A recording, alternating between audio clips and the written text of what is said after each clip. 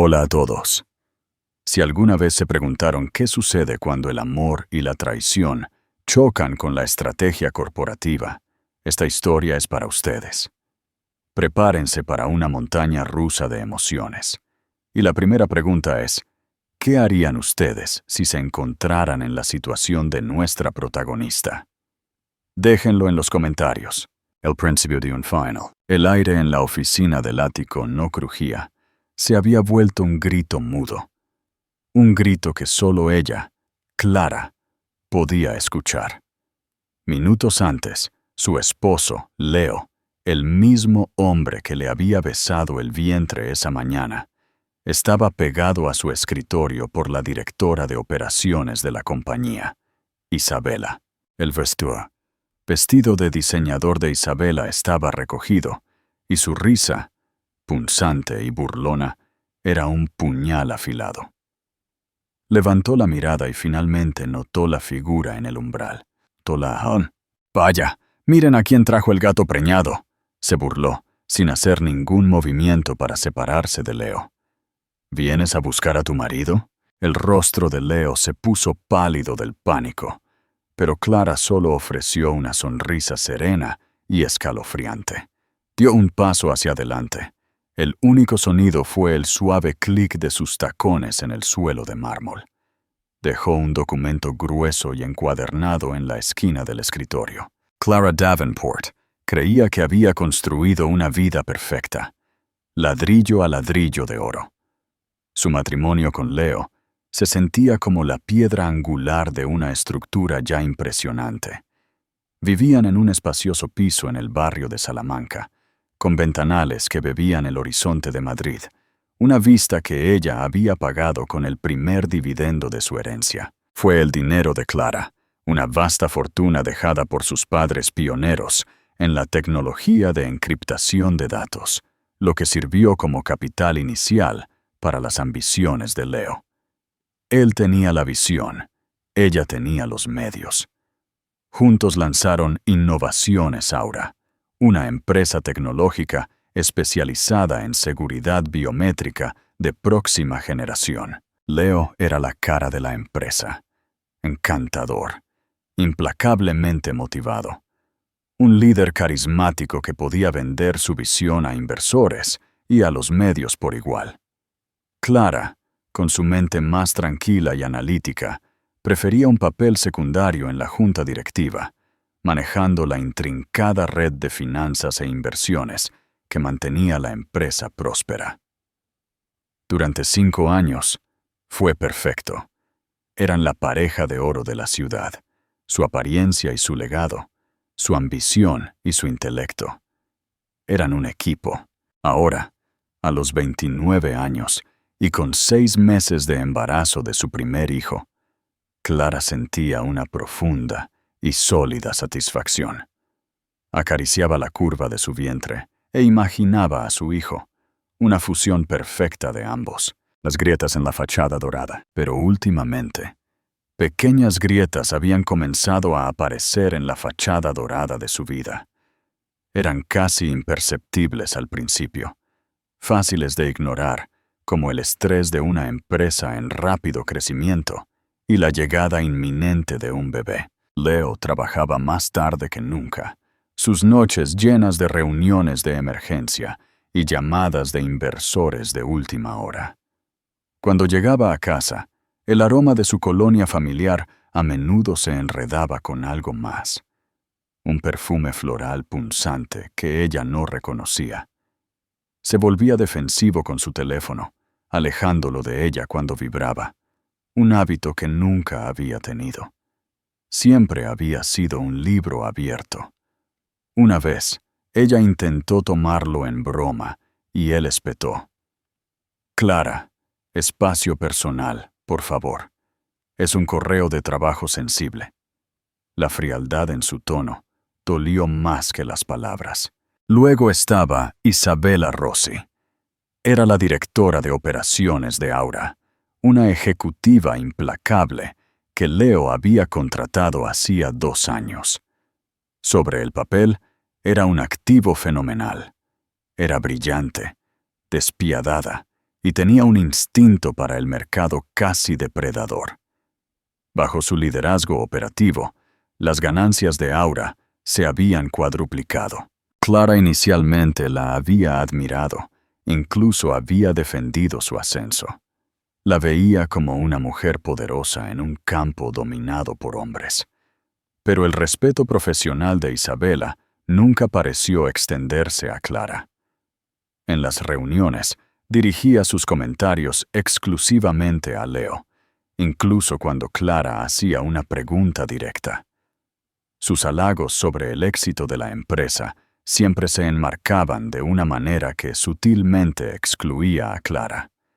Leo y yo nos quedamos despiertos toda la noche para cerrar el acuerdo de Sevilla, diría. Esta nueva expansión fue una idea de Leo y mía. Era una campaña silenciosa y persistente para pintar a Clara como algo más que el banco, la socia decorativa silenciosa. Clara intentó ignorar la ligera incomodidad que sentía cada vez que Isabela estaba cerca. Se dijo a sí misma que eran sus hormonas del embarazo las que la hacían sentir insegura. Pero las señales se volvían más difíciles de racionalizar. Una noche de martes, Leo llamó para decir que estaba atrapado en una sesión de estrategia con Isabela y llegaría tarde. «No me esperes despierta, cariño. Estamos rediseñando todo el lanzamiento del cuarto trimestre. Es un monstruo». Sintiéndose con antojo de los fideos picantes de un pequeño restaurante cerca de su oficina, Clara decidió sorprenderlo. Se abrigó y tomó un taxi al centro, la bolsa de comida para llevar calentando su regazo. Al acercarse a la brillante torre de cristal de Innovaciones Aura, vio que las luces estaban encendidas en la suite ejecutiva en el piso 40. Un cálido sentimiento se extendió por su pecho. Estaba trabajando tan duro por ellos, por su futuro, por su hijo. Pero al entrar al vestíbulo, el guardia de seguridad nocturno, un amable señor mayor llamado Jorge, le dio una mirada de lástima. «Buenas noches, señora Davenport. Creí que el señor Davenport ya se había ido». La sonrisa de Clara vaciló. «¿Se fue?» «Me llamó desde su oficina hace solo una hora». Jorge se movió incómodo. «Oh, no, señora. Él y la señorita Rossi se fueron juntos hace unas 2 horas. Dijo que se dirigían a una cena de celebración en el Cielo». El Cielo.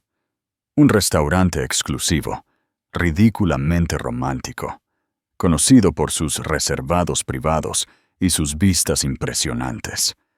No es un lugar para una sesión de estrategia. La bolsa de fideos en su mano de repente se sintió fría y pesada. «Oh», dijo Clara, su voz demasiado brillante. Debió haber olvidado mencionar el cambio de planes. «Gracias, Jorge». Caminó de regreso a la noche fría, su mente acelerada. Una cena de celebración. Era posible, por supuesto. Un gran negocio cerrado, un éxito que valía la pena celebrar. Pero ¿por qué mentir al respecto? ¿Por qué decirle que estaba enterrado en el trabajo en la oficina? La mentira era una piedra en su estómago, pesada y afilada. «No se detengan aquí. Si les está gustando esta historia, denle un me gusta». Fue a casa y esperó. Leo tropezó justo después de la 1 a.m., apestando a vino y a ese mismo perfume floral punzante. «Larga noche», arrastró las palabras, besando su mejilla. «No creerías la logística que estuvimos resolviendo». Clara no respondió. Simplemente lo miró. La tenue mancha de lápiz labial rojo en su cuello, que no había notado antes, el mismo tono que Isabela siempre usaba. En ese momento, la grieta en su mundo perfecto se fracturó, abriéndose de par en par, y supo con una certeza que le robó el aliento que estaba de pie al borde de un precipicio. La pregunta ya no era si algo andaba mal, sino cuán profunda era la podredumbre. La estrategia de la reina, los días siguientes a la mentira del cielo, fueron una clase magistral de autocontrol para Clara. El instinto de gritar, de llorar, de lanzar acusaciones a Leo, era una fuerza física que tenía que reprimir cada mañana. Pero Clara Davenport no era una mujer gobernada por el impulso. Su mente, perfeccionada por años de gestionar complejas carteras financieras, vio la situación no solo como una traición personal, sino como un problema estratégico con activos, pasivos y riesgos inaceptables. El mayor riesgo de todos era mostrar su mano demasiado pronto. Necesitaba datos, pruebas frías, duras e innegables. Su angustia emocional era un pasivo, los hechos eran su armadura. Su primer paso fue contratar discretamente a un investigador privado. No quería un detective de callejón. Necesitaba un especialista en inteligencia corporativa. A través de un contacto de confianza del antiguo bufete de abogados de su padre, encontró al señor Pérez, un exagente del FBI, que dirigía una agencia boutique especializada en casos corporativos y matrimoniales de alto riesgo. «Señora Davenport», dijo su voz tranquila y profesional a través de la línea encriptada. «Antes de continuar, necesito que esté segura. A veces, las respuestas que encontramos son más dañinas que las preguntas». «Señor Pérez», respondió Clara, su propia voz desprovista de emoción. «No me interesa la ignorancia dichosa. Me interesa la verdad en su totalidad». Mientras Pérez comenzaba su vigilancia, Clara inició su propia investigación silenciosa. Tenía acceso administrativo completo a los servidores y sistemas financieros de Aura, un privilegio que Leo e Isabela parecían haber olvidado, o tal vez, en su arrogancia, simplemente pensaron que ella nunca usaría. Comenzó examinando los informes de gastos. Allí estaban, a la vista de todos. Cenas en el cielo, el Club Onyx y otros restaurantes lujosos, todos archivados bajo entretenimiento de clientes. Viajes de fin de semana a hoteles boutique en la Costa del Sol, registrados como retiros ejecutivos. Las fechas coincidían perfectamente con las veces que Leo había afirmado estar trabajando hasta tarde o viajando por negocios solo. No solo estaba teniendo un lío, lo estaba financiando con el dinero de la empresa. Su dinero, cuanto más profundizaba, más feo se volvía. Encontró correos electrónicos entre Leo e Isabela, no en el servidor principal de la compañía, sino en un servidor privado secundario que Leo había configurado pensando que era imposible de rastrear. Había subestimado sus habilidades técnicas, un error que muchos habían cometido. Los correos electrónicos eran una mezcla enfermiza de susurros de amantes e intrigas corporativas. Isabela a Leo. Me preguntó por las cifras del tercer trimestre de nuevo. No te preocupes, le di la versión limpia. No tiene ni idea de la nueva empresa fantasma que estamos usando para desviar los fondos de desarrollo. Leo a Isabela. Mi chica brillante, pronto no tendremos que responderle a ella en absoluto. Una vez que el proyecto Fénix esté listo para lanzarse, podemos comprar sus acciones. Estará feliz con su pago, y la empresa finalmente será nuestra. Realmente nuestra. El proyecto Fénix. A Clara se le heló la sangre. Era la empresa más ambiciosa de Aura hasta la fecha. Un software de encriptación revolucionario a punto de cambiar la industria. También era el proyecto más secreto de Leo, alegando que su sensibilidad requería un circuito cerrado de información. Ahora sabía por qué. No solo la estaban engañando, estaban tramando un golpe de estado corporativo. Estaban usando su herencia para construir un nuevo producto, con la intención de lanzarlo bajo una entidad separada, comprar su parte de Aura por una fracción de su valor real y dejarla en el polvo. El dolor era inmenso, una agonía física que le apretaba el pecho y le dificultaba respirar. No era solo la infidelidad, era el desmantelamiento calculado y meticuloso de todo lo que habían construido juntos. No solo había traicionado su matrimonio, había traicionado su sociedad, su sueño. La veía como un obstáculo, un banco que debía ser vaciado y desechado. ¿Creen que Clara se rendirá tan fácilmente? La fortaleza invisible. 2 semanas después, el señor Pérez le entregó su informe. Era un sobre de manila delgado y discreto que se sentía tan pesado como una lápida. Dentro había fotografías. Leo e Isabela besándose apasionadamente contra la ventana de un taxi bajo la lluvia, caminando de la mano por el Parque del Retiro, entrando en un hotel con su brazo envuelto posesivamente alrededor de la cintura de ella. La última foto era la más condenatoria, una toma clara de ellos en el balcón de una habitación de hotel.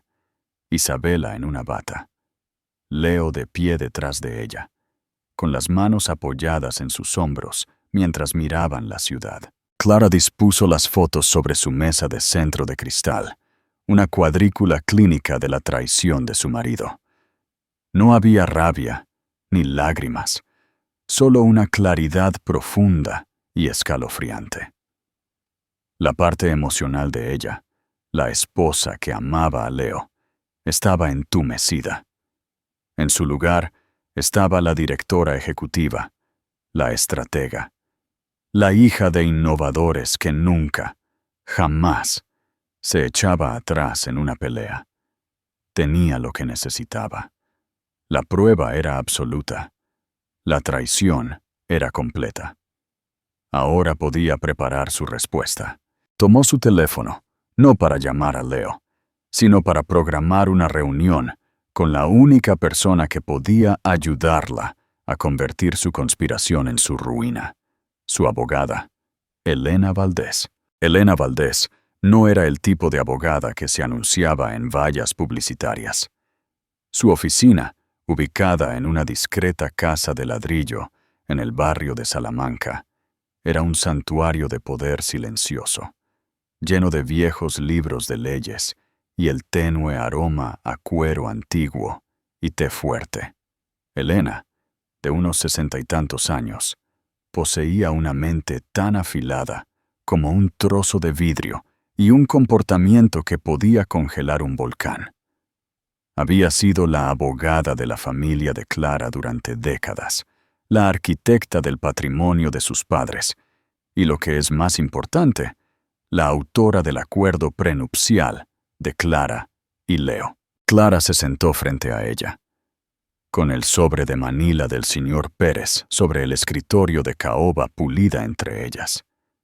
Ya había explicado la situación, su voz firme y precisa, detallando la malversación financiera, la conspiración corporativa y la traición personal. Elena escuchó sin interrupción, con los dedos entrelazados contra sus labios. Cuando Clara terminó, simplemente asintió. «Ya veo. Han estado ocupados». Deslizó el sobre de vuelta a Clara sin abrirlo. «No necesito ver eso. Su palabra y los datos financieros que ha descubierto son suficientes». Se levantó y caminó hacia una formidable caja fuerte, escondida detrás de un mapa enmarcado del siglo XIX de Madrid.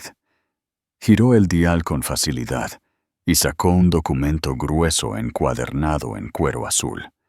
Lo colocó sobre el escritorio con un suave y definitivo golpe. «Supongo que recuerda las discusiones que tuvimos antes de su boda», dijo Elena, sus ojos encontrándose con los de Clara. «Recuerdo los puntos principales», respondió Clara. «Protecciones estándar para los activos de mi familia». «No del todo estándar, querida», la corrigió Elena con suavidad. Su padre era un hombre brillante, pero también profundamente cauteloso. Vio la ambición de Leo y le preocupó que algún día pudiera eclipsar su gratitud. Así que insistió en algunas cláusulas particulares. Cláusulas que yo misma redacté. En privado, lo llamamos la cláusula de la fortaleza. Elena abrió el documento. La mayoría de los acuerdos prenupciales son defensivos.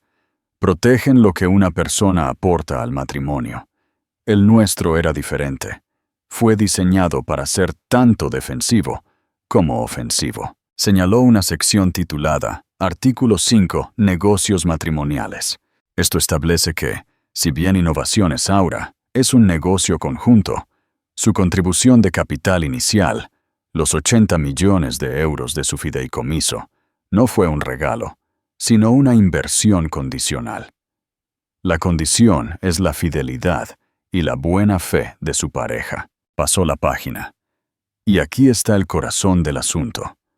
Artículo 7, sección B.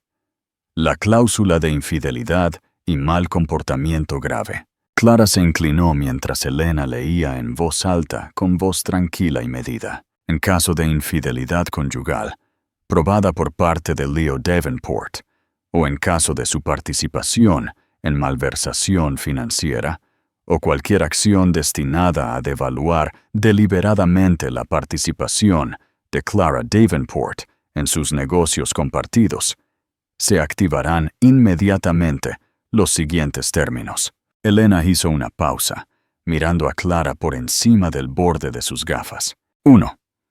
La participación del 50% de propiedad de Leo Davenport en Innovaciones Aura y cualquier empresa fantasma o proyectos subsidiarios afiliados se confisca inmediatamente y se transfiere en su totalidad a Clara Davenport.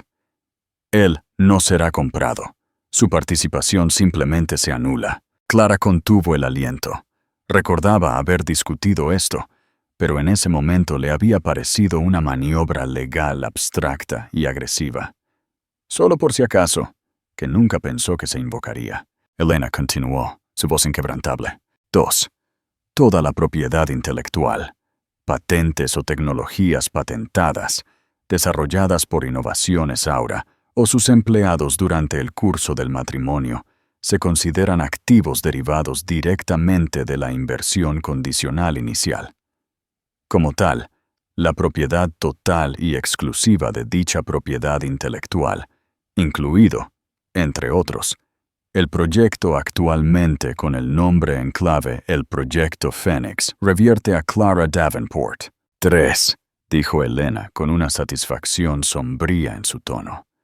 Leo Davenport será despedido por causa justificada de su puesto como director ejecutivo y se le prohibirá trabajar en la industria de seguridad biométrica durante un período de 10 años, según el acuerdo de no competencia que tan ansiosamente firmó. Y 4, continuó, renuncia a cualquier y toda reclamación sobre los activos conyugales, incluidos bienes inmuebles, vehículos y fondos líquidos comprados con ingresos o dividendos generados por Innovaciones Aura. Clara se recostó, atónita. No era solo un acuerdo prenupcial, era una sentencia de muerte corporativa. Su padre, incluso desde más allá de la tumba, la había protegido. No solo había construido un muro alrededor de su herencia, había construido una fortaleza, completa con trampillas y cañones apuntando directamente a cualquiera que intentara traicionar a su hija. Creen que están construyendo su propio imperio con mi dinero, susurró Clara, mientras la magnitud del poder del acuerdo prenupcial calaba. No tienen idea de que todo este tiempo solo han estado construyendo una prisión más lujosa para ellos mismos. Precisamente, afirmó Elena. Isabella Rossi, como ejecutiva de alto nivel, también firmó un contrato de empleo que incluye una cláusula que la vincula a los mismos términos de buena fe y no competencia en relación con la accionista mayoritaria, usted. Su complicidad en este plan significa que será despedida por causa justificada y enfrentará la misma prohibición de la industria por 10 años. Además, podemos, y lo haremos, emprender acciones legales contra ambos por conspiración para cometer fraude. El plan comenzó a formarse en la mente de Clara, claro y agudo. Esto no iba a ser una confrontación llorosa y desordenada en su sala de estar.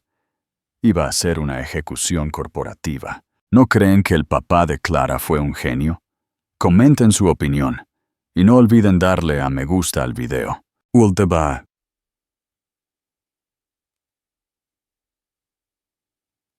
Juicio final. Durante la siguiente semana, Clara y Elena trabajaron en secreto. Prepararon los avisos legales. Redactaron los documentos de despido. El equipo de Elena se preparó para presentar mandatos judiciales que congelarían los activos personales y profesionales de Leo e Isabela en el momento en que se activara la cláusula. Clara, usando su acceso, hizo copias seguras y encriptadas de todas las pruebas: los correos electrónicos, los registros financieros, los planes para el proyecto Fénix. Estaba creando un caso inexpugnable. Durante este tiempo, fue la esposa perfecta.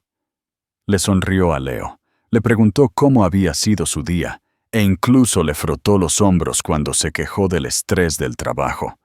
Por dentro, era un glaciar de pura y fría determinación. Cada gesto amoroso era una mentira, un reflejo del propio engaño de él. Hablaba animadamente sobre los avances con el proyecto Fénix, y ella asentía con ánimo, sabiendo todo el tiempo que estaba a punto de quitárselo todo. El embarazo era su ancla. Cada patada de su hijo nonato era un recordatorio de por qué estaba luchando. No solo estaba recuperando una empresa, estaba asegurando el futuro de su hijo, limpiándolo del veneno de la traición de su padre. La pieza final del plan era el momento. Tenía que ser un momento de su mayor triunfo, el pico de su arrogancia. Clara sabía exactamente cuándo sería. Leo había convocado una reunión de emergencia tarde por la noche para el viernes. Le había dicho que era para finalizar las proyecciones del cuarto trimestre. Ella sabía que era una mentira. Su investigador privado ya había confirmado que Leo e Isabela tenían reservas en un hotel para esa noche, pero siempre se reunían en la oficina primero, usando el edificio vacío como su patio de recreo privado. El viernes por la tarde, Clara fue a la copistería. Imprimió una copia prístina, a doble cara y a color del acuerdo prenupcial.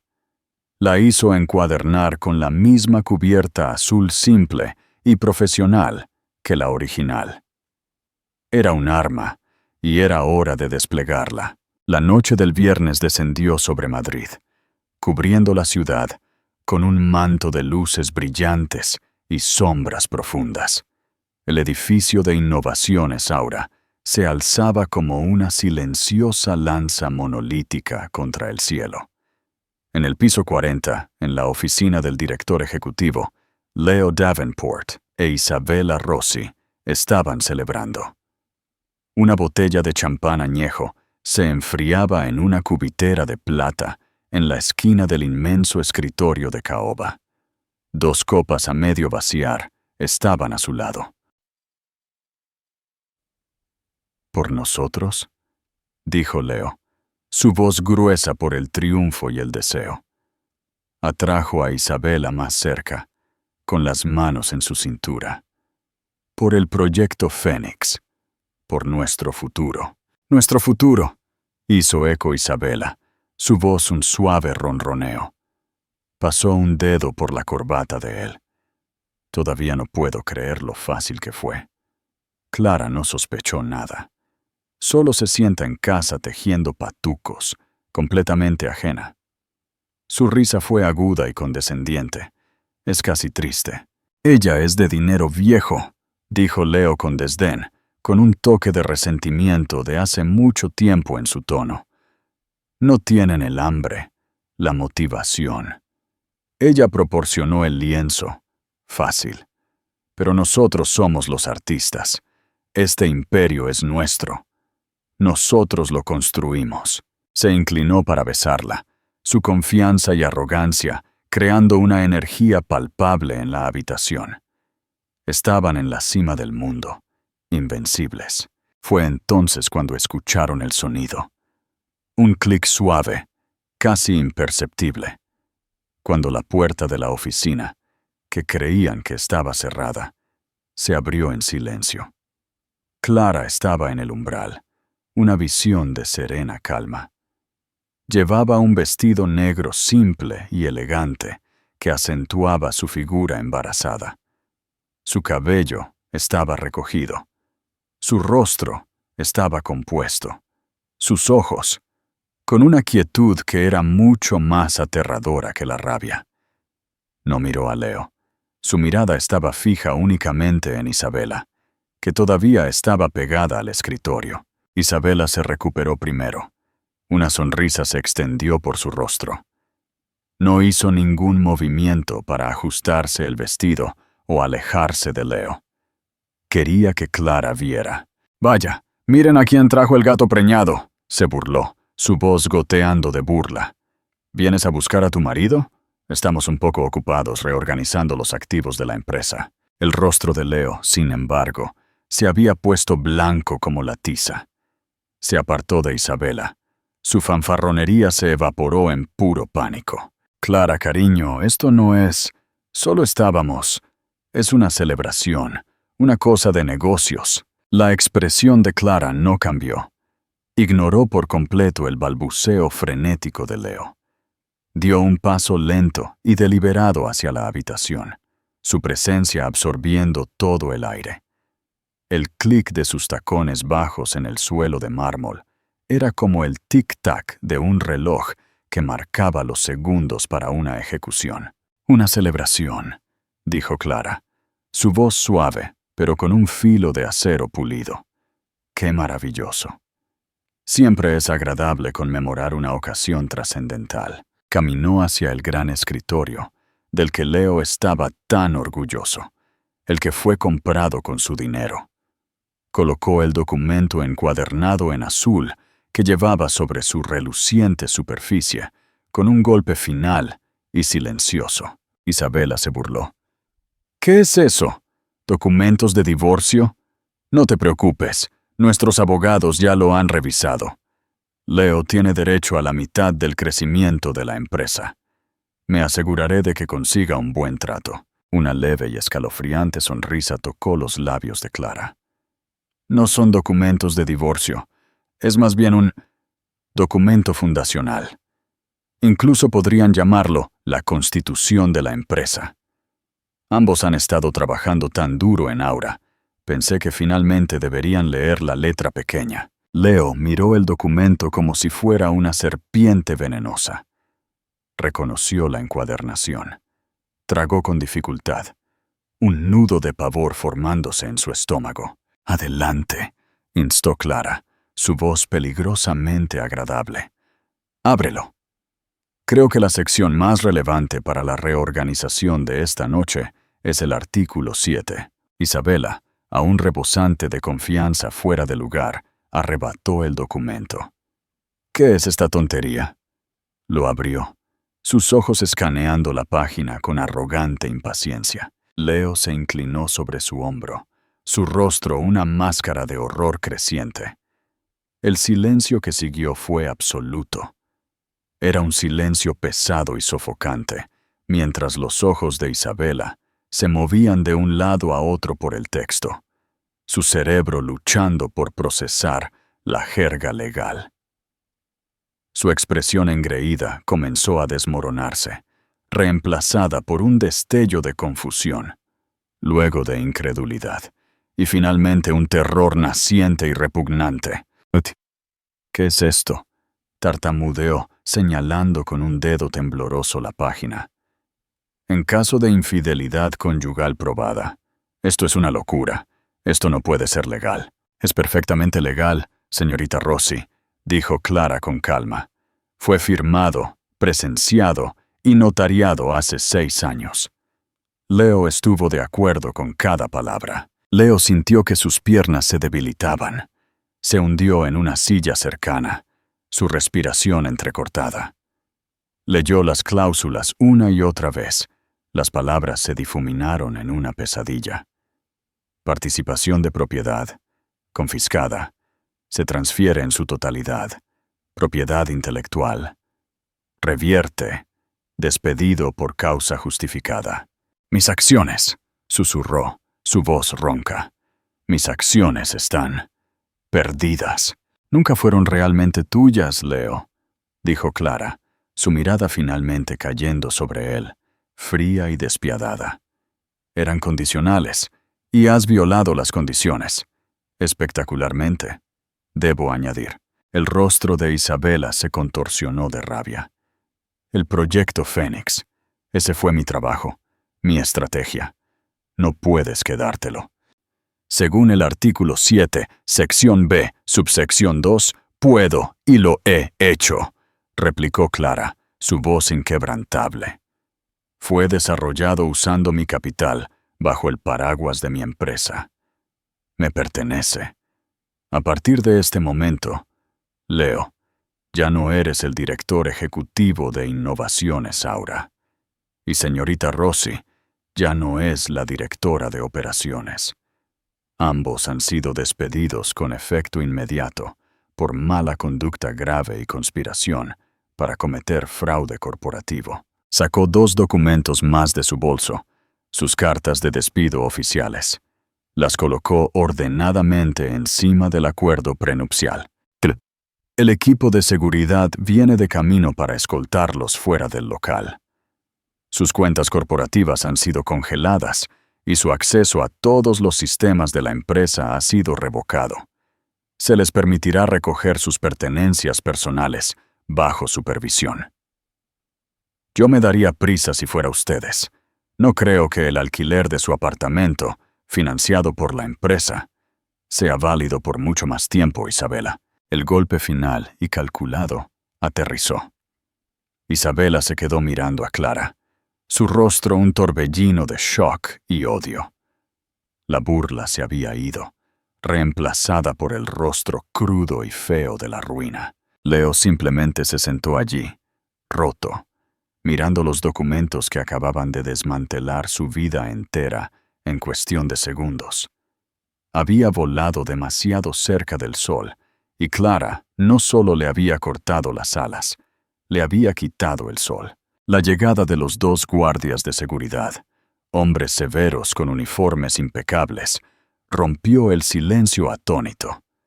Su presencia era una clara manifestación física del cambio de poder que acababa de ocurrir.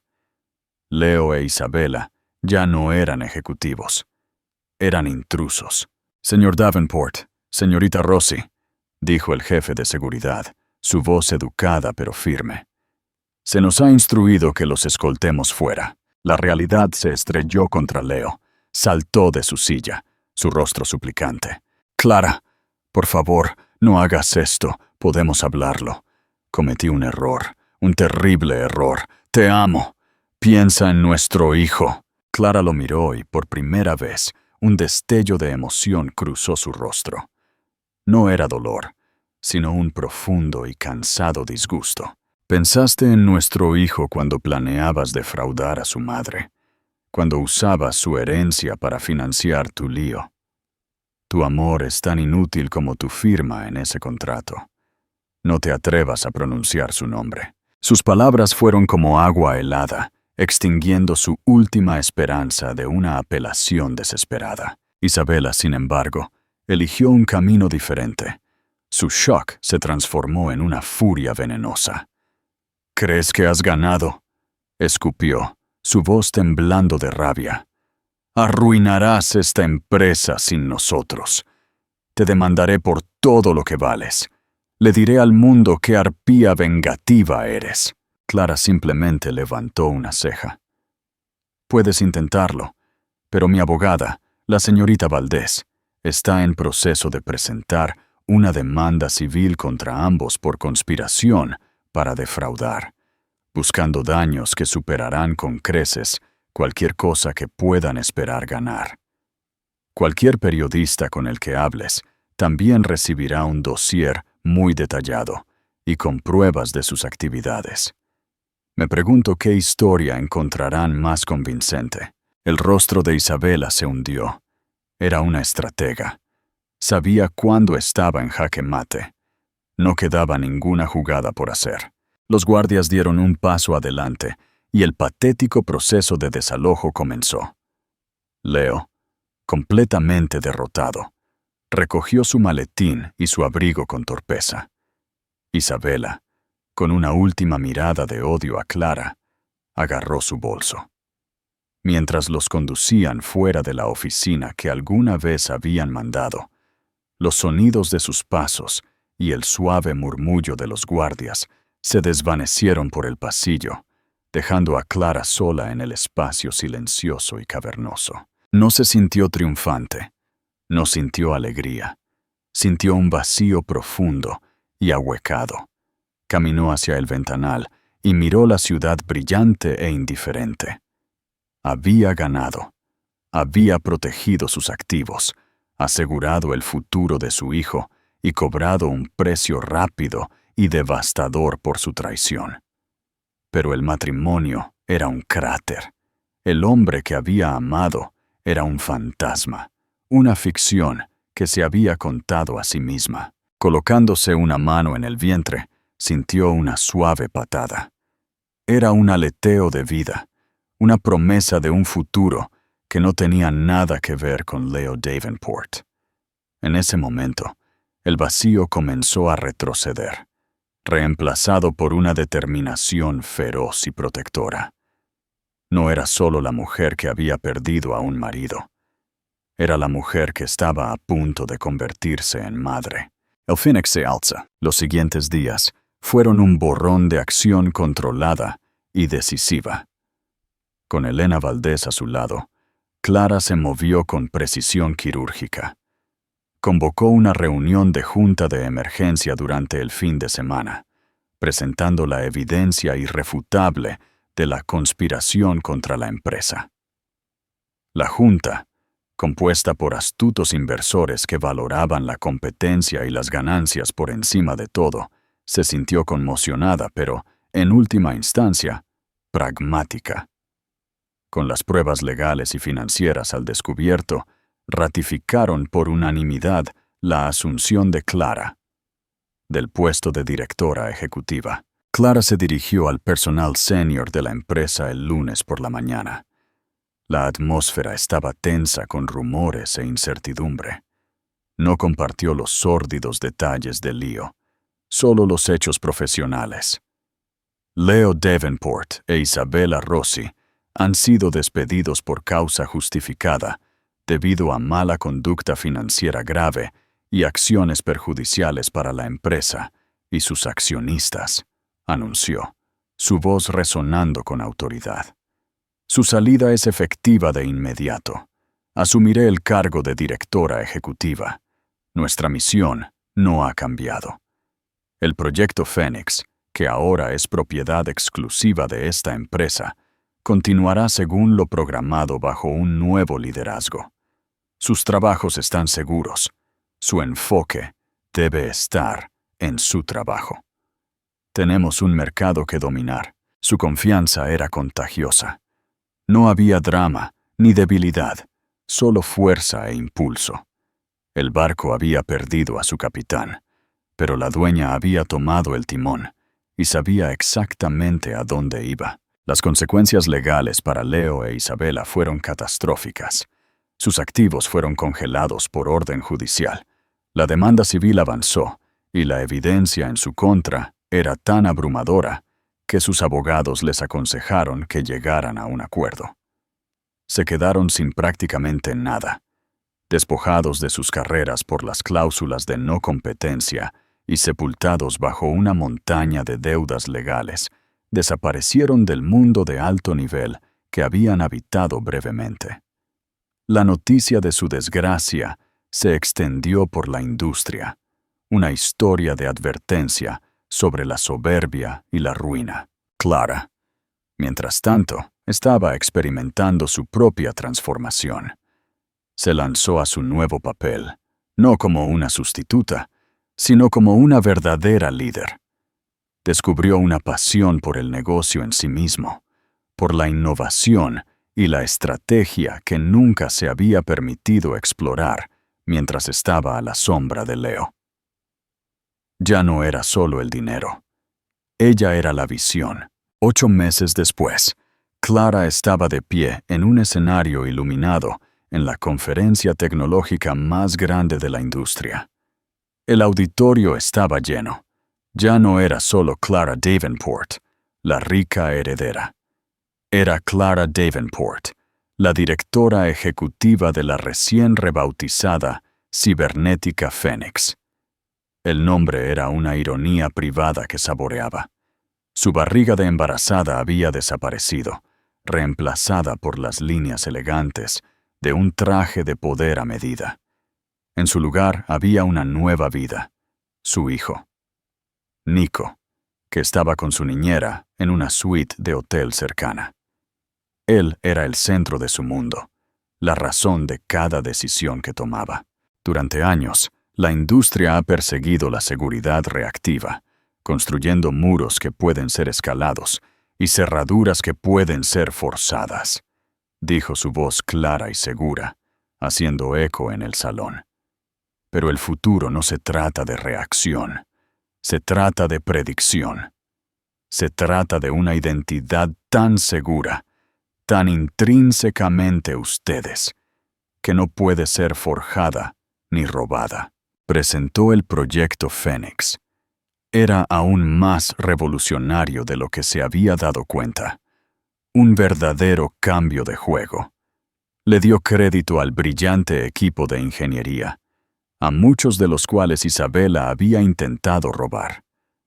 Dirigió la presentación con un carisma y una profundidad de conocimiento que sorprendió a todos, menos a sí misma. Había encontrado su poder. El lanzamiento fue un éxito asombroso. Las acciones de Cibernética Phoenix se dispararon.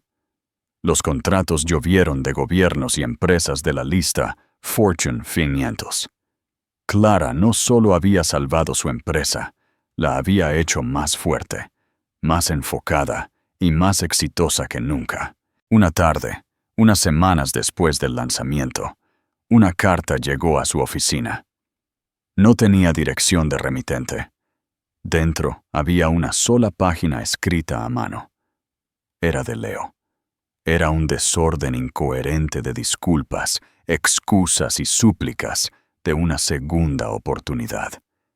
Escribió sobre su vergüenza, su arrepentimiento y cómo ahora se daba cuenta de que su inseguridad lo había llevado a destruir lo mejor de su vida. Preguntó si podía ver a su hijo. Clara leyó la carta una vez, su rostro indescifrable. Sintió un breve y distante punzada de lástima por el hombre débil y roto en el que se había convertido. Pero era como sentir lástima por un extraño. El hombre con el que se había casado nunca había existido realmente. Era una construcción de sus esperanzas y sus mentiras. Caminó hacia la trituradora de papel al lado de su escritorio. La alimentó con la carta y la máquina cobró vida, convirtiendo sus palabras desesperadas en un confeti de trozos sin sentido. No había sido objeto de burla para someterse. No había sido quebrada por la traición. Había tomado las cenizas de su vida anterior y, a partir de ellas, había construido un imperio para sí misma y para su hijo. El Fénix realmente había resucitado. Comenten si esta historia les parece de las mejores que han visto. La bat de armadura de una madre. Pasaron 2 años. El nombre de Leo Davenport se convirtió en una nota a pie de página en una historia que Clara ya no contaba.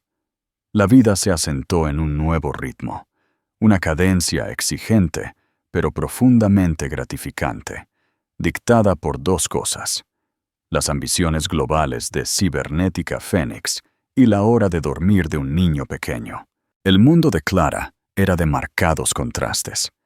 Sus días eran un torbellino de videoconferencias encriptadas con ministerios de defensa, negociaciones de alto riesgo con capitalistas de riesgo y revisiones meticulosas de códigos que podrían cambiar la faz de la seguridad digital.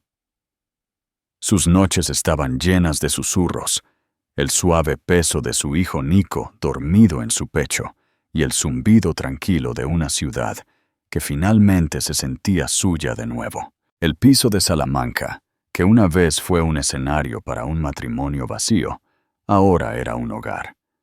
Los juguetes estaban esparcidos en una alfombra donde una vez estuvo una mesa de centro sin amor. Las paredes blancas prístinas estaban adornadas con los vibrantes y abstractos dibujos con los dedos de Nico. Clara había descubierto una felicidad que era agotadora y estimulante en igual medida. Era una felicidad que ella misma había forjado, construida sobre los cimientos de su propia fuerza y resiliencia. Ya no era solo una superviviente de una gran traición. Era una arquitecta de una nueva vida. Su equipo en Phoenix era ferozmente leal. Había fomentado una cultura de innovación e integridad, y ellos habían respondido llevando a la empresa a alturas que ella solo había soñado.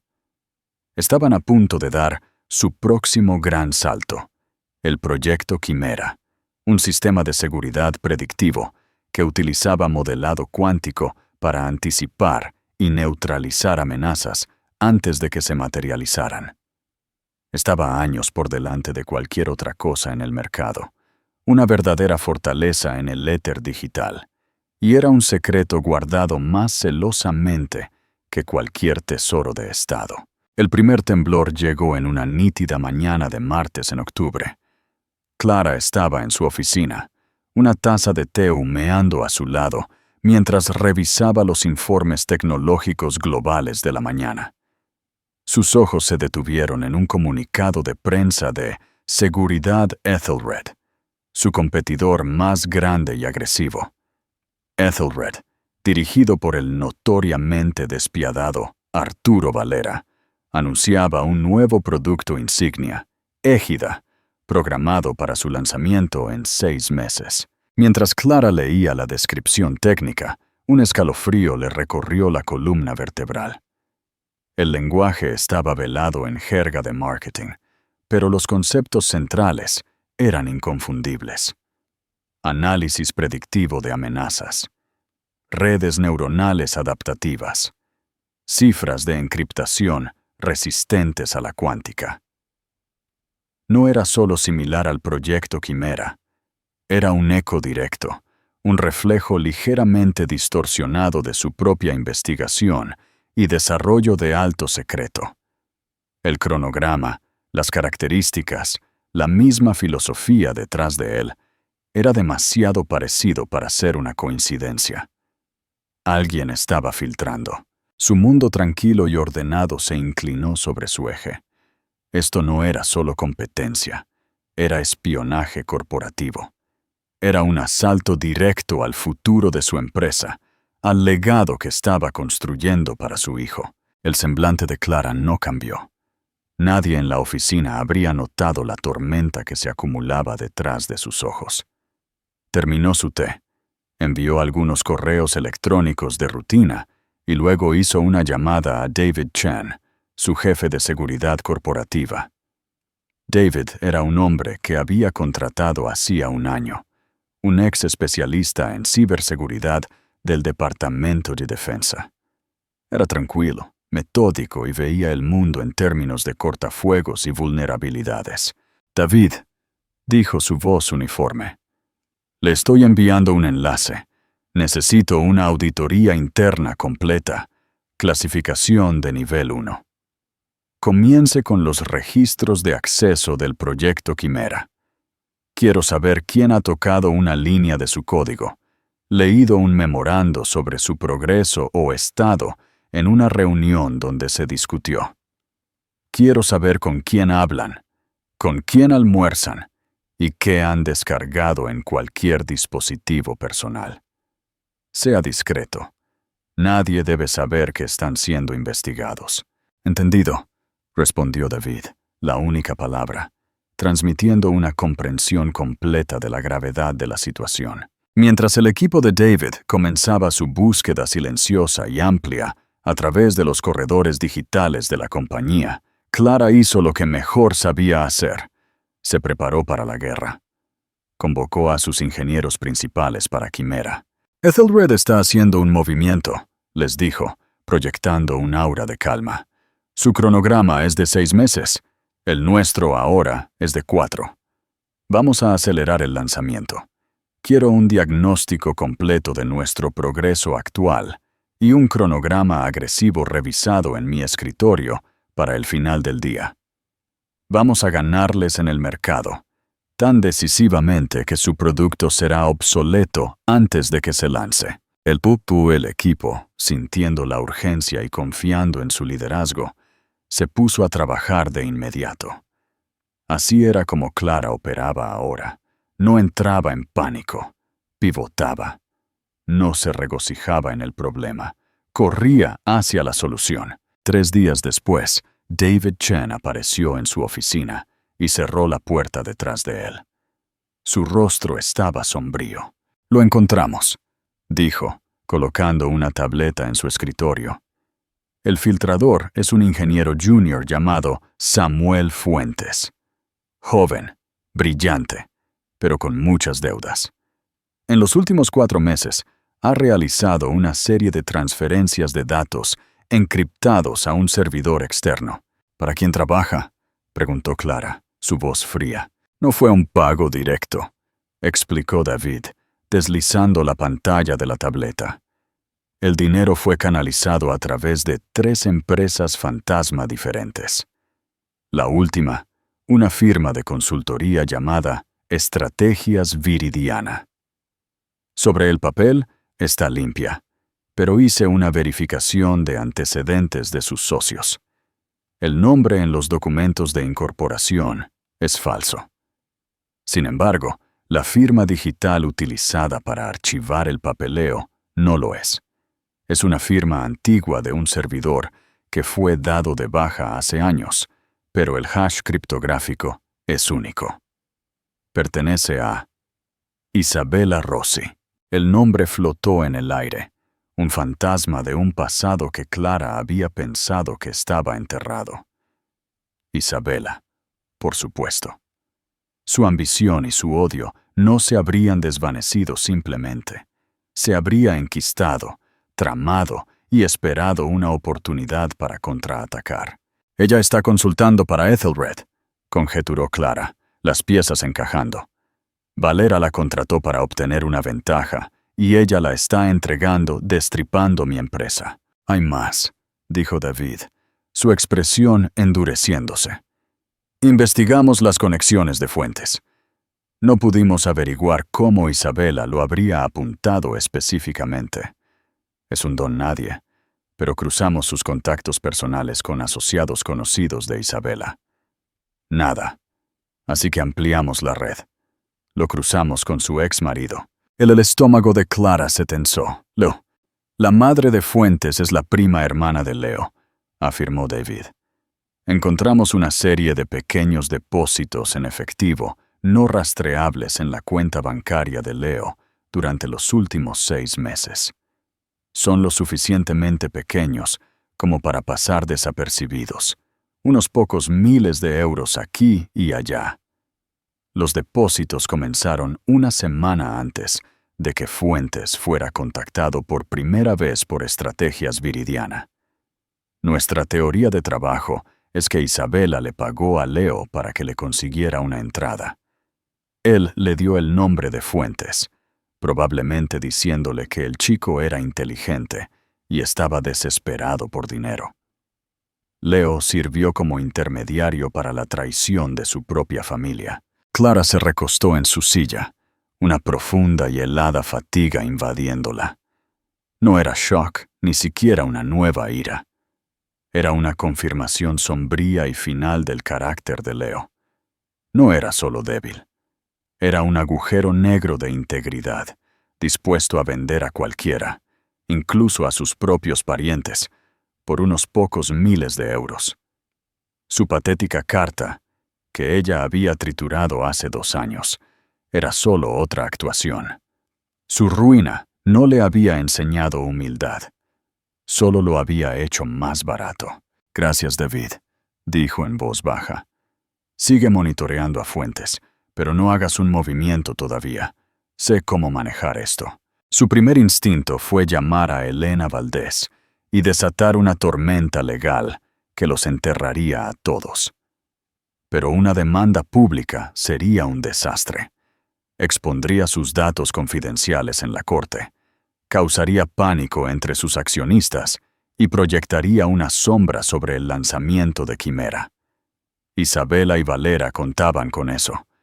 Contaban con una guerra convencional. Clara les iba a dar algo completamente diferente. Llamó a la oficina de Arturo Valera. «Soy Clara Davenport», le dijo a su sorprendido asistente. «Necesito 30 minutos con el señor Valera.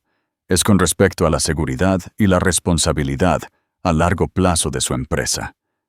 Es un asunto de extrema urgencia». La reunión se programó para el día siguiente en un lugar neutral. Una suite privada en un discreto hotel en el centro de la ciudad. Clara llegó con David y un solo maletín delgado. Valera ya estaba allí, flanqueado por 2 de sus propios abogados. Era un hombre grande, con un rostro rubicundo y un aire de suprema confianza en sí mismo. «Señora Davenport», vociferó, haciendo un gesto hacia una silla. «Un placer inesperado. ¿A qué debo esta misteriosa cumbre?» «Señor Valera», comenzó Clara, saltándose las cortesías. «Estoy aquí para ofrecerle un consejo de negocios no solicitado, pero vital.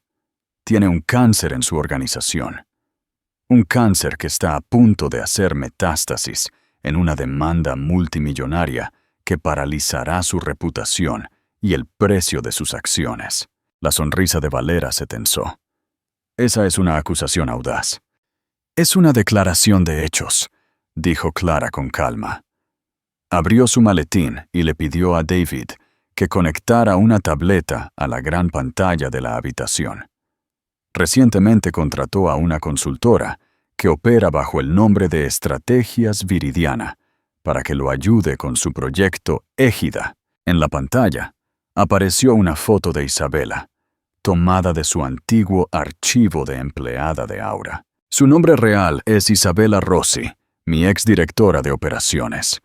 Fue despedida por causa justificada por conspirar para defraudar a mi empresa.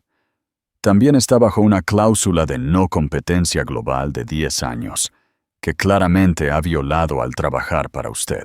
Luego, Clara hizo que David mostrara la evidencia, una diapositiva condenatoria tras otra.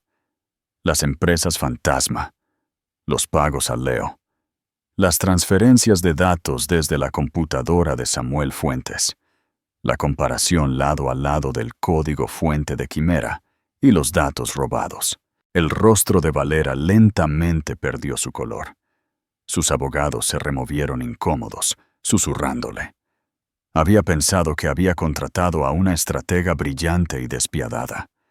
Ahora se daba cuenta de que había contratado a una saboteadora corporativa que había traído una bomba legal de tiempo al corazón de su empresa. «Mi proyecto Égida», dijo, su voz tensa, «es el resultado de nuestra propia investigación y desarrollo interno. Entonces no le importará el mandato judicial que estoy preparada para presentar esta tarde, que lo obligará a someter todo el código fuente de Égida a un análisis forense de terceros», replicó Clara suavemente. «Un análisis que probará que se deriva de propiedad intelectual robada. Mi equipo legal confía. ¿Lo está usted?» La trampa se había activado. Valera era un depredador, pero no era estúpido. Sabía cuando veía una pelea perdida. Una batalla pública sería devastadora para Ethelred, exponiendo sus métodos y haciéndolos radioactivos para los inversores. «¿Qué quiere?», preguntó. La arrogancia había desaparecido de su voz.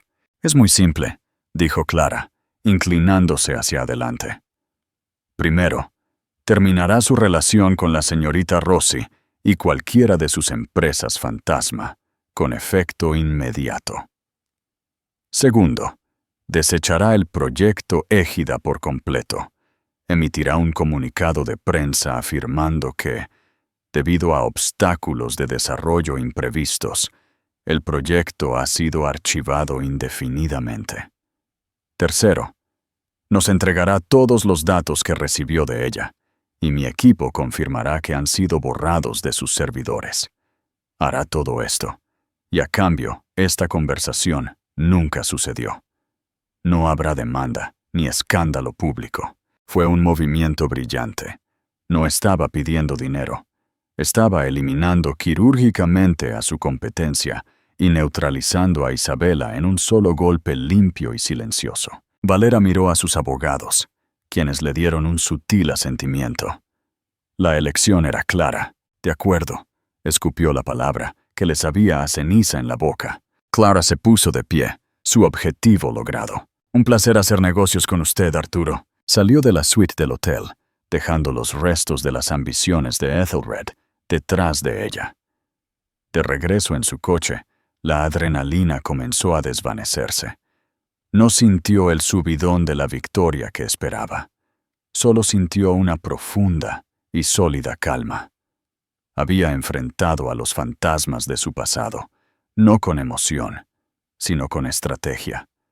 Había protegido a su empresa, a sus empleados y al futuro de su hijo. Esa noche, se paró junto al ventanal de su piso. Las luces de la ciudad, un tapiz debajo. Observó el monitor en la mesa donde Nico dormía plácidamente en su cuna, con una pequeña mano agarrando un oso de peluche. El mundo estaba lleno de depredadores como Valera y fantasmas como Isabela y Leo. Probablemente siempre estarían allí, al acecho en las sombras. Pero Clara ya no tenía miedo a la oscuridad. Ella era la que construía los cortafuegos. Había aprendido que la verdadera seguridad no era una fortaleza detrás de la cual podías esconderte. Era la armadura que usabas todos los días, forjada en el fuego, pulida por la experiencia y reforzada por el amor, por lo que estabas luchando por proteger. Y su armadura ahora era impenetrable. ¿Qué les pareció la jugada maestra de Clara? Fue la investigación silenciosa, la confrontación perfectamente sincronizada o la forma en que reconstruyó la empresa después. Déjenos su opinión en los comentarios abajo.